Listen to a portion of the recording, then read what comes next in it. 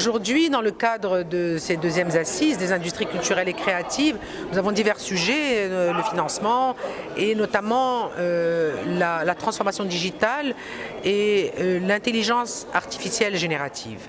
Nous savons tous que ce sont là des grands défis pour la transformation de ce secteur, des défis auxquels nous devons nous arrimer dès maintenant.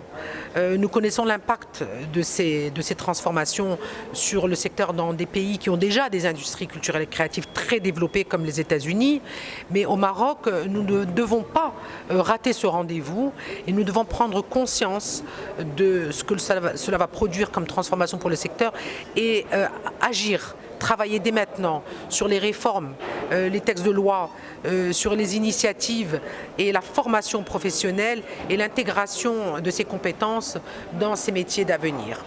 Donc ces assises se veulent un rendez-vous important pour justement discuter des enjeux du secteur et de toutes les tendances qui vont pouvoir tirer ce secteur vers le haut sur le plan international, car je le rappelle, c'est un secteur qui gagne en croissance, en importance et en place dans l'agenda des gouvernements à travers le monde, des institutions internationales, d'où la signature aujourd'hui entre Tiamwilcom et la Société financière internationale de la Banque mondiale d'une convention pour étudier le secteur, accompagner techniquement les opérateurs et le secteur bancaire et aussi évaluer les besoins du secteur en matière de financement pour aider l'émergence de ce secteur.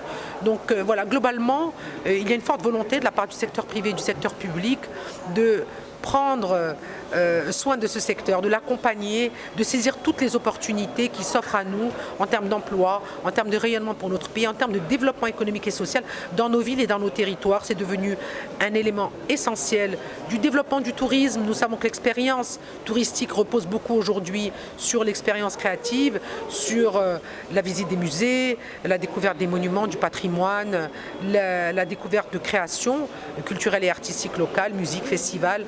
Donc voilà, tout un ensemble de choses qui font que c'est un secteur transversal et un investissement bénéfique pour tous, à tous, qu'ils soient public ou privé. L'investissement dans la culture est un investissement gagnant. Nous avons, dans le cadre de ces deuxièmes assises, un partenariat avec l'Union européenne. Je rappelle qu'en 2023, à Essaouira, lors du festival Gnawa, il y a eu la signature entre le ministre de la Culture, de la Jeunesse et de la Communication et l'ambassadrice de l'Union européenne du premier contrat-programme dédié à la culture entre l'Union européenne et le Maroc. Un programme qui porte sur 11 millions d'euros pour soutenir à la fois la scène culturelle et artistique, l'entrepreneuriat culturel et aussi les actions de notre Fédération des industries culturelles et créatives de la CGEM.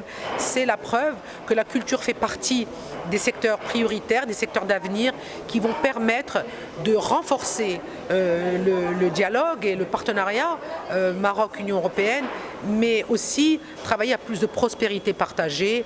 Et c'est cela que veut asseoir et construire ce partenariat autour de cette convention de collaboration.